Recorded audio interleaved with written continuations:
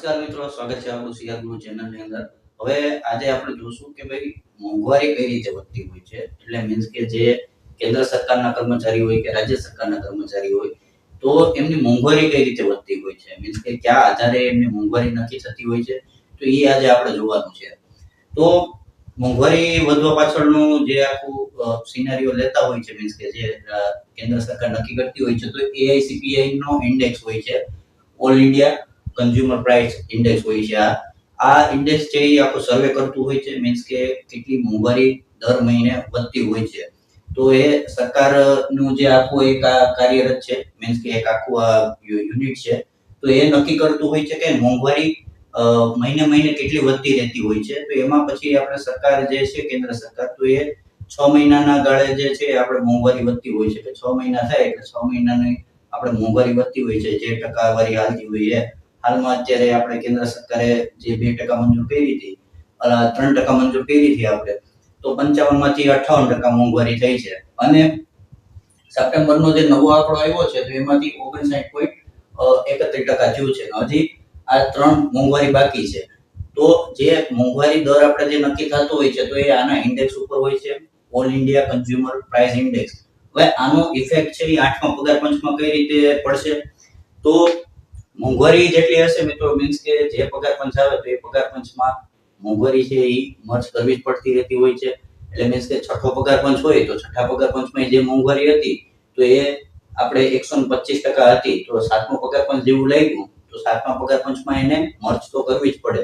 એટલે આ હજી 59.31% થઈ એટલે 1% મોંઘવારી વધી, પણ હજી 3 મહિનાની મોંઘવારી બાકી છે. મીન્સ કે આ મહિનો આપણે આ વર્ષ કમ્પ્લીટ થશે 2025 નું, એટલે ઓક્ટોબર, નવેમ્બર ને ડિસેમ્બર નું, એટલે નવેમ્બર ચાલુ છે અને હજી ડેટા આવ્યા નથી આના. એટલે ડેટા આવશે એટલે આપણે પાછું બીજો એક વિડીયો મૂકી દેશું કે મોંઘવારી કેટલી વધી છે ડિસેમ્બર ની અંદર. તો ડિસેમ્બર 2025 માં આવશે એટલે લગભગ મારા ખ્યાલ મુજબ 3 થી 4% મોંઘવારી વધશે હજી. એટલે 62% ની આડેગાળે મોંઘવારી પહોંચી જશે. અને 8મું પગાર પંચનું જે લાગુ થવાની જે છે તો કે ભાઈ 1 જાન્યુઆરી 2026 નું કીધું છે, પણ એમાં લખેલું જ છે કે ભાઈ 2027 ની અંદર આને લાગુ કરવાનું થશે. અને રાજ્ય સરકારોની અંદર જો આપણે જોવા જઈએ તો 2027 ના એન્ડિંગમાં થાય એટલે 28 ચાલુ થાય ત્યારે 8મું પગાર પંચ લાગે, કેમ કે રાજ્ય સરકારોની અંદર એને એપ્લાય કરતા વાર લાગતી જ હોય છે. મીન્સ કે 6-7 મહિનાનો આપણે સમયગાળો લાગી જતો હોય છે. તો આની ઇફેક્ટ અત્યારે જે 59.31 છે તો એ આપણે કે જે પણ કર્મચારી હોય એને લાભ થતો હોય છે. મીન્સ કોઈ પણ કર્મચારી હોય, રાજ્ય સરકારનો હોય કે કેન્દ્ર સરકારનો હોય, તો એને મોંઘવારી આ રીતે એને લાભદાયક. જેમ આપણે વધી તો એને કઈ રીતે ગણતરી થતી હોય છે, તો બેઝિક પ્લસ આપણે આપણી જે મોંઘવારી હોય છે તો એ થતી હોય છે. તો સપોઝ કે અત્યારે બધામાં બેઝિક છે એ આપણે 18,000 રૂપિયા છે, તો 18,000 ગુણ્યા આપણે આ જે મોંઘવારી છે અત્યારે આપણે લાસ્ટ આવશે એટલે 60% મોંઘવારી થઈ જશે. તો આ છે 60% ની મોંઘવારી થશે. 18,000 ની આપણે 60% મોંઘવારી થશે. અત્યારે જે આપણે હજી 3 મહિનાની તમારે મોંઘવારી જો એટલે જાન્યુઆરી ની અંદર આપણે કેન્દ્ર સરકાર જેમ કેન્દ્રીય કર્મચારીઓને મોંઘવારી આપશે એટલે રાજ્ય સરકાર પણ મોંઘવારી આપશે.